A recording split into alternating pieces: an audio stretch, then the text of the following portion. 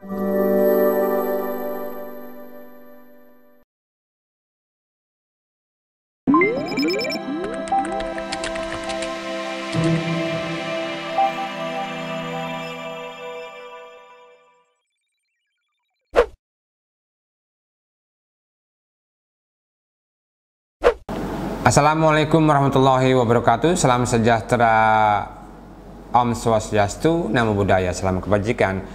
Selamat datang kembali dengan saya Dede Siswandi dalam mata kuliah evaluasi pembelajaran pertemuan ke-9, pertemuan ke-11, materi penilaian unjuk kerja atau performance dan portofolio. Anda bisa lihat sendiri pengertian portofolio, tidak perlu saja baca, Anda bisa baca sendiri dan Anda bisa baca pengertian portofolio itu dari berbagai sumber. Tapi yang jelas penilaian portofolio itu adalah kumpulan hasil karya siswa selama kurun waktu tertentu, jadi dikumpulkan. Yang baik-baik dikumpulkan, apa yang telah dicapai dikumpulkan.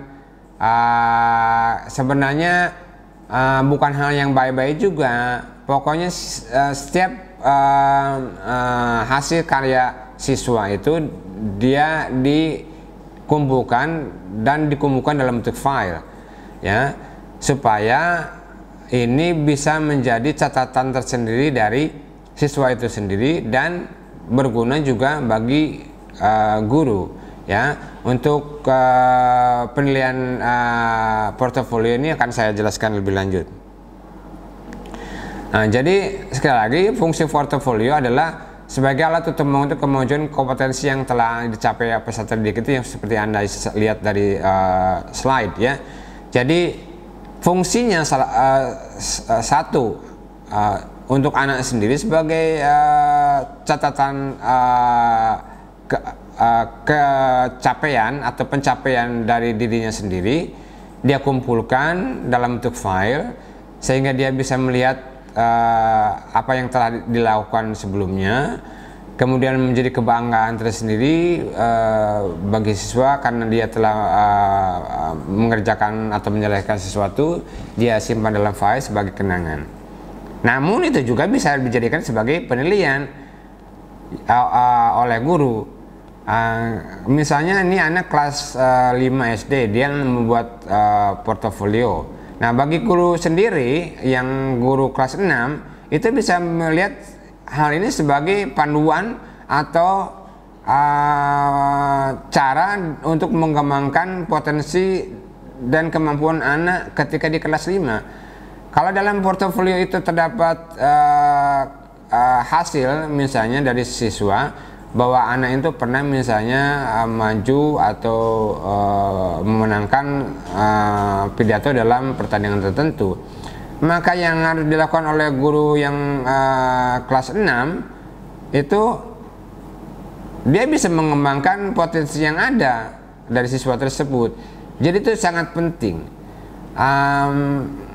Portofolio juga digunakan ketika kita melamar pekerjaan di suatu perusahaan atau di suatu sekolah atau di instansi yang lain. Ketika kita melamar, kita membuat suatu surat lamaran yang di dalamnya ada CV, curriculum vitae. Curriculum vitae itu salah satunya ada pengalaman kerja. Pengalaman kerja itu portofolio. Portofolio Anda, apa yang Anda bisa, apakah Anda sudah berpengalaman dalam bidang tertentu atau pendidikan Anda ada di situ, itu portofolio Anda. Maka perusahaan itu akan melihat latar belakang apa yang Anda punya, kemudian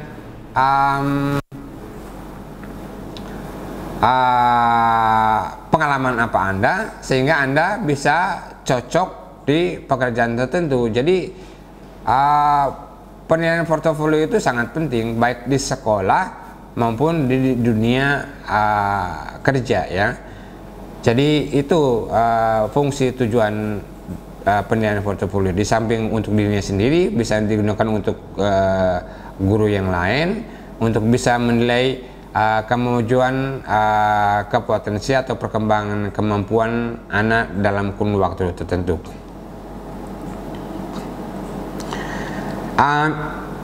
Satu lagi penilaian, yaitu penilaian performance, kinerja. Di bawah ditulis pengertian performance dalam menurut ATAX. Anda bisa baca sendiri. Performance assessments call upon the examinee to demonstrate specific skill and competency, that is to apply the skill and knowledge they have mastered. Pendeknya begini. Jadi ada penjelasan di bawah. Jadi kinerja digunakan untuk menguji skill dan kompetensi pada hal demonstrasi. Jadi ketika Anda melakukan sesuatu, mendemonstrasikan sesuatu, itu namanya penilaian kinerja. Nyanyi, pidato, atau membuat, mengukur sesuatu, atau membuat percobaan tertentu, itu penilaian kinerja. Sekali lagi, penilaian kinerja ini adalah salah satu penilaian yang diharuskan untuk disertai oleh rubrik. Ketika kita menilai pidato anak, atau saya juga sering menjadi juri dalam lomba pidato, debat, newscasting, atau perlombaan-perlombaan yang lain, itu saya membuat rubrik. Dia misalnya anak berpidato, ini intonasinya seperti apa, jelas rubriknya. Intonasi yang bagus seperti apa, nilainya berapa, bobotnya berapa. Kalau bobotnya intonasi itu 10, yang 10 itu seperti apa, yang 8 itu seperti apa, yang 7 seperti apa. Atau tidak terlalu detail, yang kalau bobotnya intonasi itu 10, kemudian yang 8 itu bagaimana, atau yang 5 itu bagaimana. Pokoknya makin detail, sekali lagi saya jelaskan, makin detail rubrik itu makin bagus. Karena pokok atau tulang punggung dari penilaian kinerja, uraian, itu adalah rubrik. Ya, ini adalah tahapan-tahapan yang kalian harus lakukan ketika penilaian kinerja. Berulang kali saya jelaskan. Definisi itu tidak penting. Yang penting ketika kalian melakukan penilaian kinerja, kalian harus buat rubrik. Rubrik dibuat berdasarkan indikator yang jelas. Tanpa kalian membaca definisi atau penjelasan tahapan penilaian kinerja yang Anda lihat di slide, itu Anda pasti menguasai sendiri. Dengan syarat tadi, kalian ketika akan melakukan penilaian kinerja, lihat indikatornya apa, materinya apa, kompetisi dasarnya apa, indikatornya apa, buat rubrik. Ya, itu ingat saja.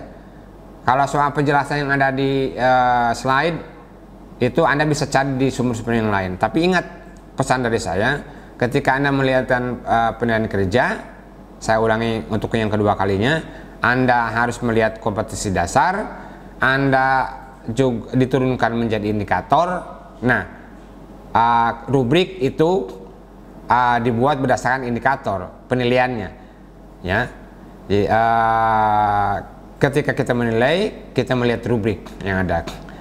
Makin detail rubrik itu makin bagus. Demikian adik-adik mahasiswa sekalian, Anda sudah mengetahui bagaimana cara penilaian kinerja dan penilaian portofolio. Portofolio adalah kumpulan, sekali lagi, kumpulan